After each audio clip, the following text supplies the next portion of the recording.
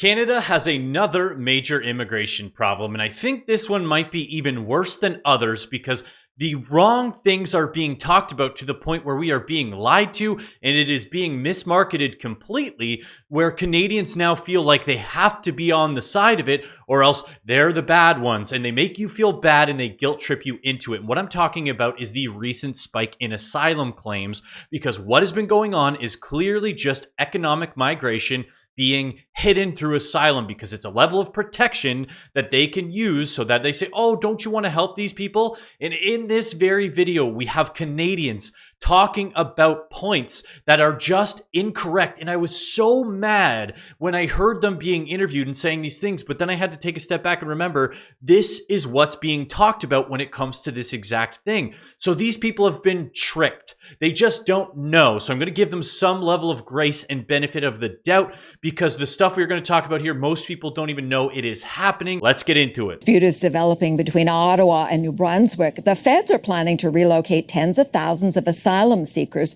to provinces other than Ontario and Quebec. The idea is to relieve pressure on the two provinces, but Blaine Higgs isn't happy about it.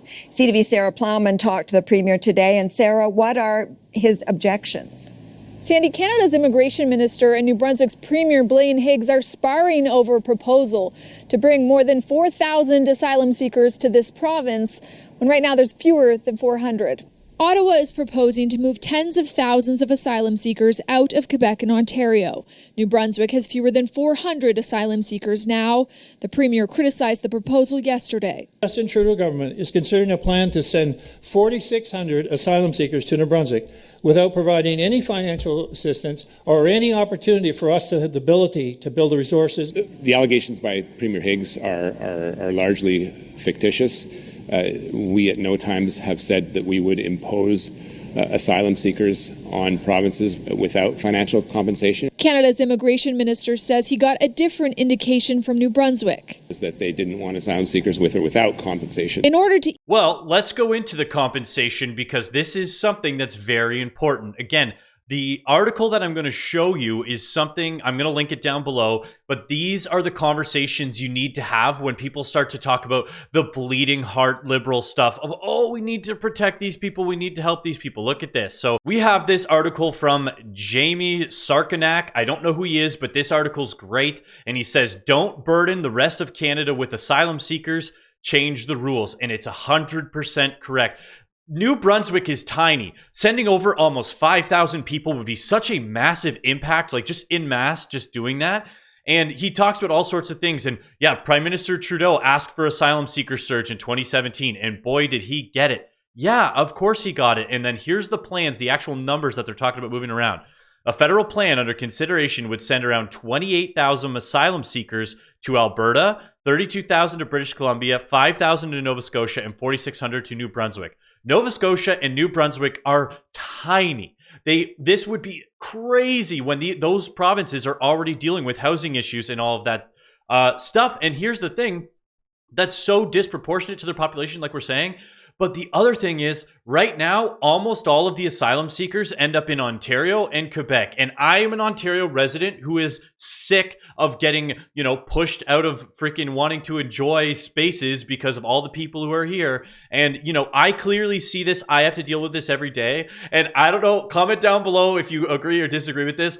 In Ontario, I'm willing to fall on my sword here to keep the asylum seekers in Ontario, to not ruin the other provinces. We need some semblance of Canada as a country. I want Canada to be able to have areas where we can say there's Canadians there. That's Canadian atmosphere. That's who we're dealing with. And I think Ontario's already kind of lost the plot. We've got Doug Ford going to India pizza chains saying like, look, this is the best pizza in Canada. So like, Ontario's kind of, lost at this point, but like, don't ruin New Brunswick, don't ruin Nova Scotia. And I mean, even Alberta, although Daniel Smith's been a bit of a disappointment lately, but let's get into the actual numbers that are crazy that these people are getting, because I think when you see this, you're going to be surprised. Now, speaking of the numbers, again, stick with me here, because these people are getting paid exorbitant amount of money. So many large source countries have no business sending us refugees. Mexico, which is the top exporter of asylum claimants in Canada, is not at war, and though unsafe, is safe in many others. The same can be said for India. India.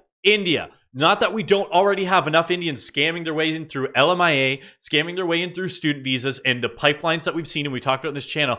They're now claiming asylum. And guess what these Indians are doing? I've got inside information that these Indians, because did you guys know this? That as an asylum seeker, if you have an anchor relative, the anchor relative is anybody who is in Canada in some level of, PR or even a student visa. So if you have an Indian relative, a cousin even, it doesn't even have to be close family, even a cousin can come to Canada and studying at, Conestoga College, and then you get to go to the border and claim asylum from India, where you get to start working right away because you skip all the rules because you have an anchor relative. And that is also, let's talk about the money that these people get. So legitimate refugee or claimants of convenience, let's find out. They all cost dearly in dollars, and we are at capacity. So here's what they get. Lodging alone cost the government $557 million last year.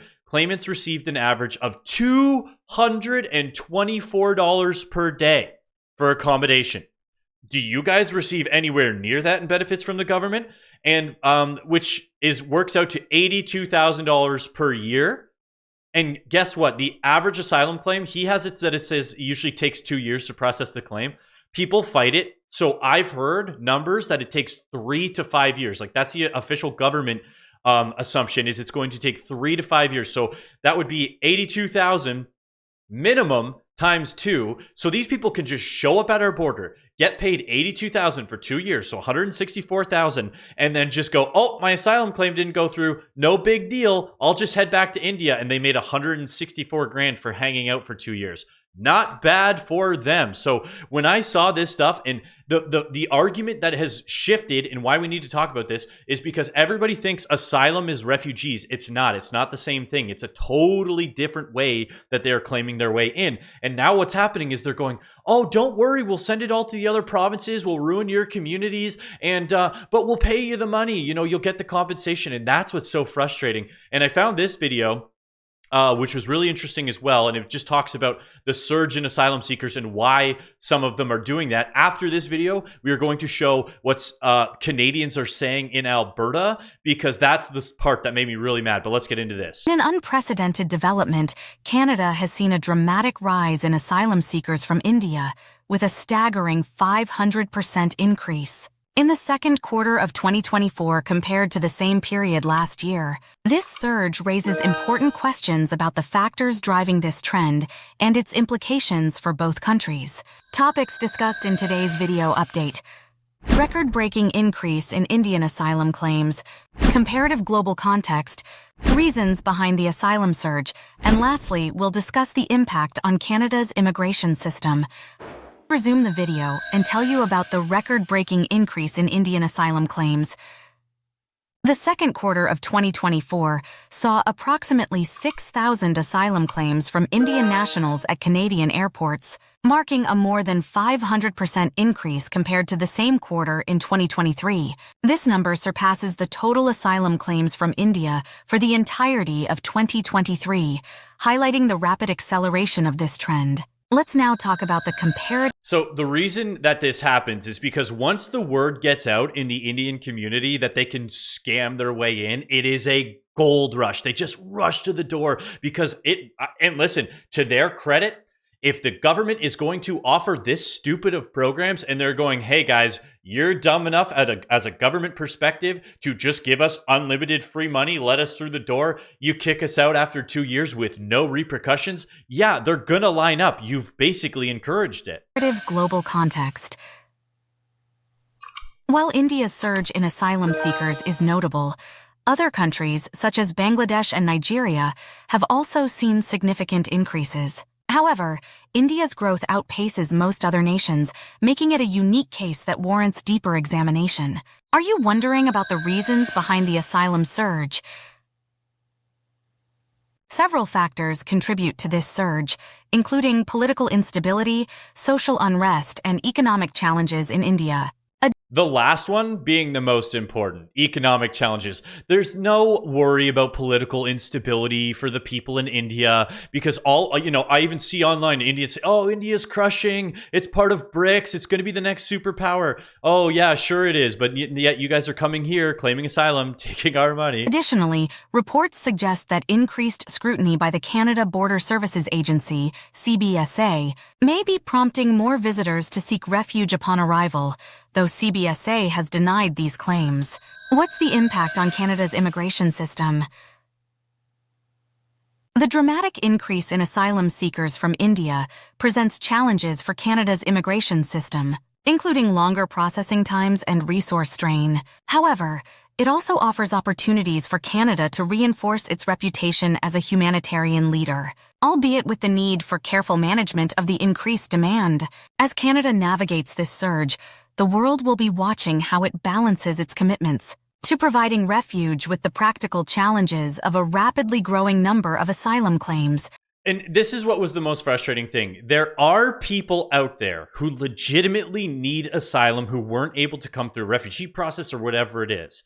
So they come and their files are being, not taken seriously or not processed in time and all these things because of all these other economic migrants who come over and claim this so that they can get to the front of the line, and they are messing up the entire system. It's the same thing, like I said, with the student fraud, the LMIA, and all of the other immigration scams that are happening right now.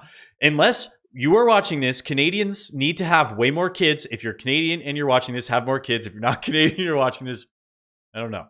But the fact is, have more kids, and that way we can say we can have managed immigration, because right now, not one level of immigration is being managed properly, and as a result, all of it's being done poorly. It's like you can only spin so many plates before one of them's going to fall. So Indians, stop clogging up our system. It's the same thing that happens in the job market. If you know anybody who's recruiting or any of that stuff, like they're like, yeah, I post a job and I get 150 applications, 200 applications from India, Indians who live in India. They're applying for these jobs and they're like, yeah, I don't have PR or working status or whatever. And it's just like, all right, well, you're making everybody's job harder, man. So I get it. You got to try and make it by, but like, we're still going to be annoyed with it. So anyways, here's what I saw talking about what's going on in Alberta. And Danielle Smith has said two things recently.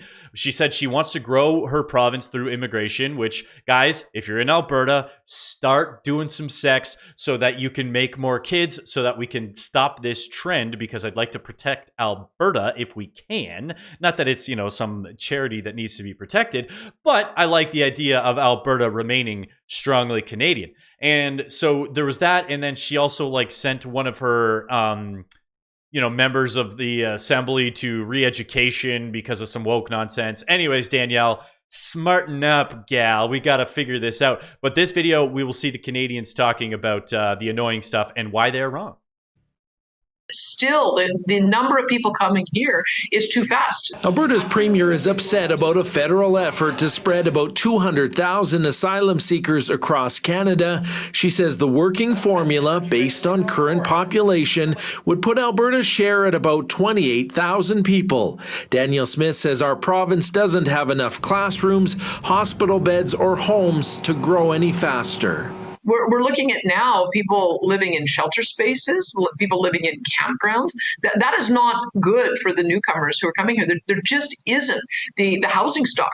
Smith issued a statement Thursday saying Alberta is not willing to take any more asylum seekers, especially without financial compensation.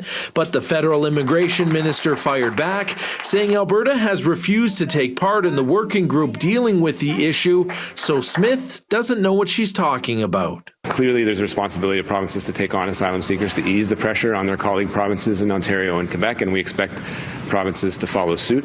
But in no circumstances will we be doing this without compensation or without consent from the provinces. Mark Miller. So this is why I get annoyed, because they've shifted the argument. The argument anymore isn't why are we letting in so many people at the border itself. which is the problem area. The argument is now, well, I think every, province is responsible to take in people. Don't let your other provinces deal with this. You guys have to be dealing with your fair share as well. Why is the fair share spiking from peaceful countries that are not at war? These are peaceful nations where nothing's happening and we are getting spikes. But I think it's, everybody has to do this. No, they don't have to do this. Like, you're operating under the assumption that it's just a given, that is just something that has to happen. It doesn't. And I'm not going to let that argument start to become, oh, well, let's find the balance instead of why are they here in the first place? Because then you've shifted it as made it a fact that they just need to be here. Also shared a letter Smith wrote asking Ottawa for thousands more permanent residency spots to help grow Alberta's economy. Yeah. The minister called Smith incoherent on the issue. Smith has been delivering mixed messaging on immigration. In January, she said she wants to see Alberta grow to 10 million people, including more from India, Africa, and China. But when City News pressed her on that, she said Ottawa is allowing too much immigration. On the streets of Edmonton Friday, most City News spoke with said Alberta should welcome newcomers and start building more schools, hospitals, and houses to accommodate them. They need to be here for their safety. So it pisses me off when they turn them away or don't want them here. If you look, what pisses me off is the indoctrination that lady went through, which has led to her not being aware that the asylum program is just economic immigration now. It is just immigrants who are coming here and they are bending the rules. So she, to her credit, I'm going to give her credit. I don't know nothing about this lady. She's a random street interview, but I'm sure she's thinking, these poor people are not safe. We have to take them in. Oh, I'm such a bleeding heart. Like, it's, why are we being so mean to these poor people? They're scammers. Look at the general population density of basically anywhere else in the world. Alberta's not full. I agree that. Yeah, it is, Remy, or whatever the singer of Motorhead is. It is full because it's only based on infrastructure. Like, are these people living in cabins in the forest? No, they're going to be having to come into the city where there isn't buildings. It's very full, but I think they should be spread across Canada. Miller said Canada could simply rent hotel rooms anywhere in the country and send asylum seekers there if Ottawa wanted to. But Smith insists Alberta and Canada cannot afford that. Don't worry, guys. We will just rent out all of the hotels, and then people can start going to Airbnbs again, which will then make the housing crisis even worse. We'll just pump it all around. We will not use any sort of sense of logic. This one had me pretty heated today. That's it for today's video. Thank you so much for watching. Do not forget to like and subscribe. If you did make it this far, you guys rock, honestly. Thank you for sticking towards the end, and have a great rest of your day.